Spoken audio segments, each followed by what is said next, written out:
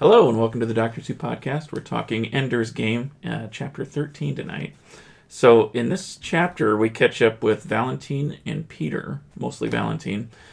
Graff comes back to Earth because Ender is back on Earth. He's been there for about 2 months, and he's not really wanting to go to command school. So Graff intervenes, talks to Valentine, and has Valentine talk to Ender, and she talks him into going to command school. So we'll talk about all that and more coming up.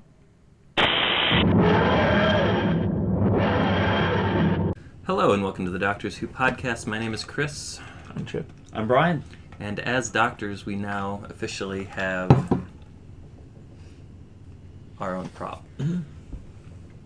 Man, it looks good. It does. It just, yeah. Chip. It's a showstopper. Chip, good job. I didn't do it all. Well, you didn't, but I helped. you had the tools and the knowledge, my friend. Well, I found some plans and was able to decipher them. Well, before we jump in, we will be doing a How We Built This video series at some point, and it will be a joint venture between this channel as well as the Camille Corporation channel. So, that's something you can look forward to in the future. But, we digress. We are here to talk about Chapter 13 of Ender's Game. That's right. Which I believe was entitled Valentine. That's right. That's in my notes. But that's what it says. So. Okay, Chip. So this one, I enjoyed it. It was a little bit slow. It's kind of that calm before the final, as we're kind of ramping up for the last two chapters. So it's kind of a nice interlude to catch up with Peter and Valentine to see what's been going on Earth, and we learn, that they're, their alter egos, was it Demosthenes and Locke? Locke, yeah.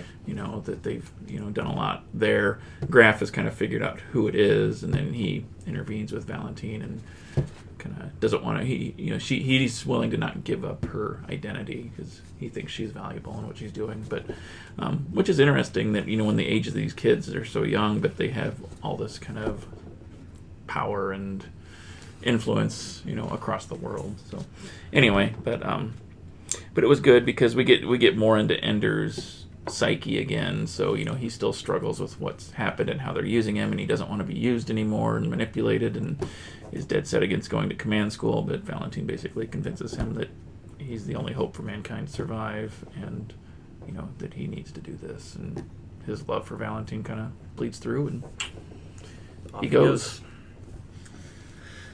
Yeah, I thought this was, as Chip said, maybe a little bit slower. It takes us out of the action of space and brings us back down to Earth. It does a lot of character building. It ties back to the first couple chapters where we talk about how human Ender is.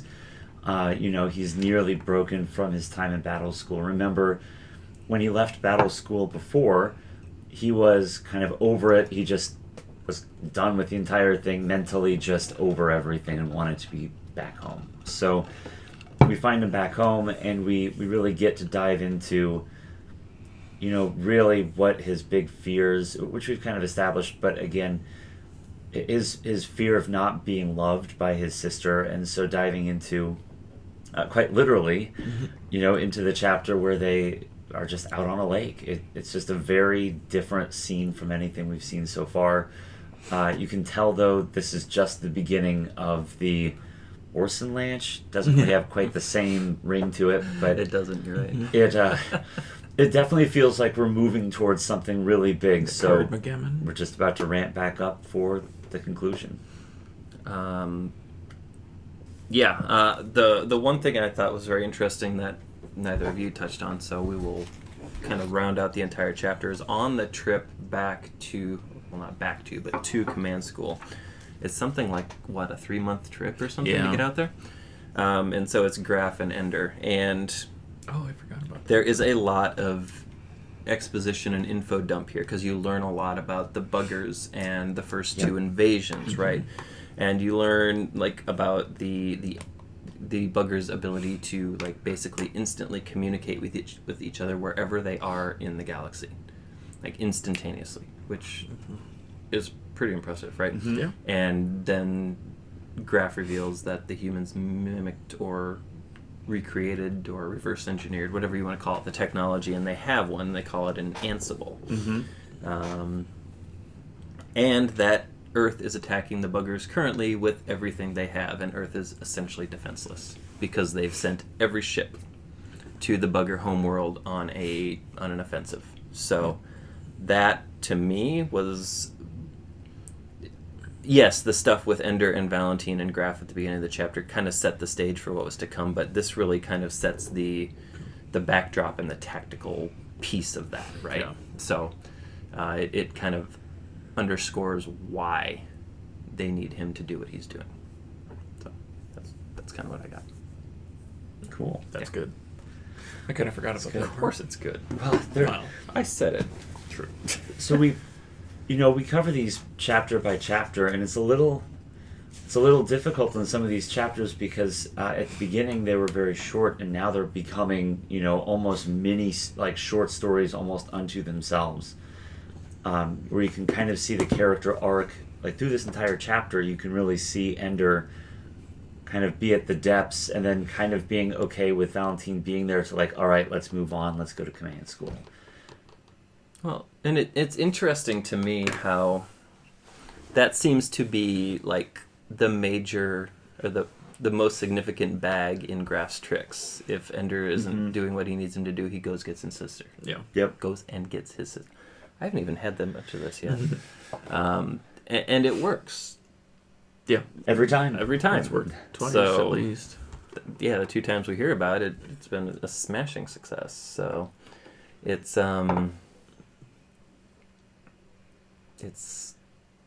just kind of funny that that's what he always goes back to. He's like, oh, I'll get Valentine in there and she'll do it. And of course Valentine's going to do it because I think by now she realizes that even though she wishes her brother had a normal existence, that he's kind of needed in the role he's being groomed for. Especially with all of her evolution Political as maneuvering. Yep. Whatever. Demosthenes. Thank Yeah. you. Yeah. So, yeah. It's...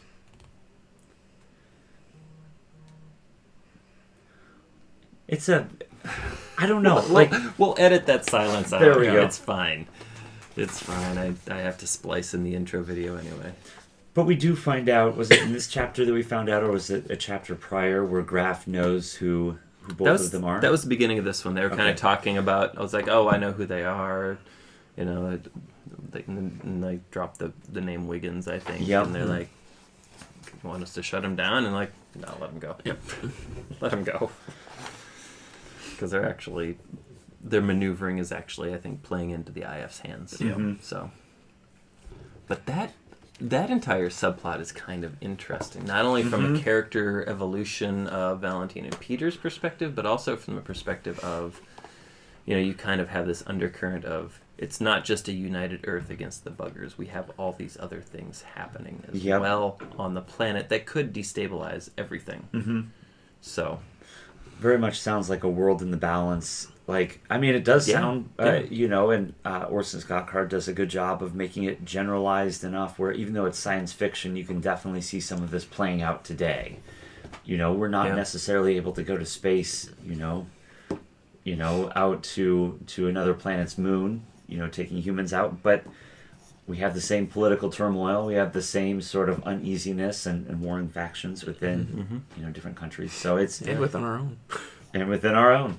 right. So it's well crafted. It was a good read, although it's kind of a hard read. Yeah. I agree.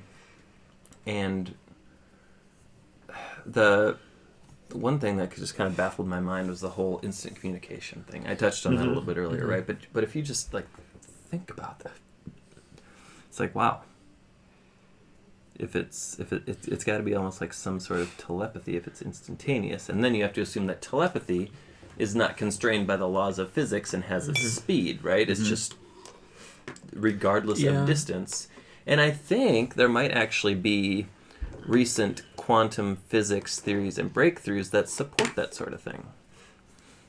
Because it has a feeling almost like the Borg in Star Trek, where you've got the queen. That's true. And in this situation, there's multiple bugger queens, but then they're all able to communicate telepathically or whatever. Yeah. It's like a hive mind. So. The collective. You almost wonder. I I almost read this too as like we use the word proprioception. Like, you have one brain, you have one sense of being, but you can control your fingers, you can control your toes, and it's all kind of interactive no matter how far. My fingers and toes. Right.